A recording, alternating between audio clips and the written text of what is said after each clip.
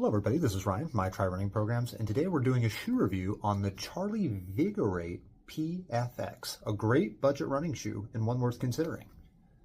Now I'm going to assume most runners have not heard of the brand Charly before, and that's because realistically they're a brand that's far bigger in Mexico. They are a Mexican athletic and leisure brand, and they're most well known as a kit sponsor for Liga MX, their professional soccer league down there. Now, while they do primarily focus on lifestyle type shoes and maybe less running type shoes, I do think they've made a half decent running shoe here, even if this isn't really the audience they're targeting with this shoe, because this is probably more like an athleisure shoe or even a cross training shoe if we're being really honest with ourselves. But with that being said, let's get into some of the statistics of the shoe. It runs at 11.7 ounces in a size 13, which I know is a big running shoe. Most of you are probably not wearing that size. But its weight comes from a lot of plastic around the shoe. There's a lot in the heel cup here, which is great for stability, not great for weight. They use it for their logo and branding here. And then they have a lot of rubber on the outsole. Great for durability, not great for weight. But where the shoe is kind of lacking in weight, it does make up for in comfort with its knockoff TPU material, which is actually just EVA, and then a relatively large toe box in the shoe as well. So overall, I do think this is a pretty comfortable shoe, and let's dive into the review of it. So I like to look at shoes in three key areas. Firstly would be the overall value of the shoe. For your dollar, is this a shoe worth buying? The second would be comfort, how it feels when you're running, and third would be performance in terms of what you can actually do in the shoe from a running perspective. From a cost perspective, this shoe is all over the map. In some cases, you can find it for as cheap as I did. I found it for $18 at a local Big Five in California. But on the internet, the price ranges from about $25 to about $65.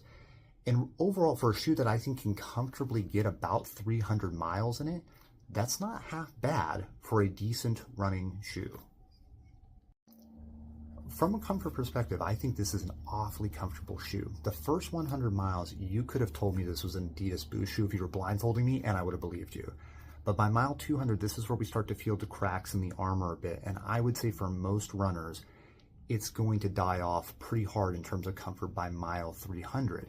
And there's a couple of reasons for this. Well, one, the major one is this is just EVA foam, as noted before. It's not TPU. It's not going to last like TPU. So while it's going to provide good initial comfort, that initial comfort's going to disappear quite quickly.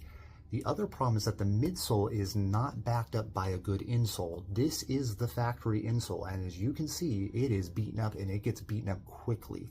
It is not a good insole and should be replaced as quickly as you possibly can.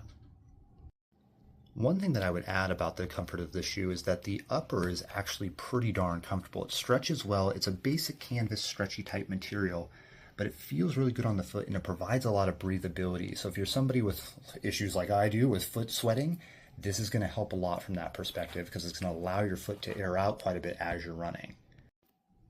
Now lastly, from a performance perspective, what can we realistically do in this shoe? Now I run all of my shoes through the gamut. I have them do everything from kind of basic recovery runs to daily training runs to really speed work and track work. And I would say realistically, the Vigorate is best as a daily trainer where you're running 5 miles or less and you're not putting it through too many changes and paces. While you absolutely can do speed work in this shoe, I just think because the insole becomes such a problem so quickly, it starts to venture in the shoe with your foot. And that's not the type of feeling you want to have underfoot while you're running, especially if you're trying to make very sharp turns or do a lot of intervals where you're kind of starting and stopping. You're not going to have a comfortable experience, and I just don't think you're going to perform at your best in this type of shoe. But if you're someone who's just running around your neighborhood, putting in 15, 20 minutes at a time, or you run a lot of junk miles, or you're in a base building phase where you're not doing a lot of speed work, this is where this shoe could be a really great value and also provide the level of performance you need to make those improvements during those types of portions of your ultimate yearly training.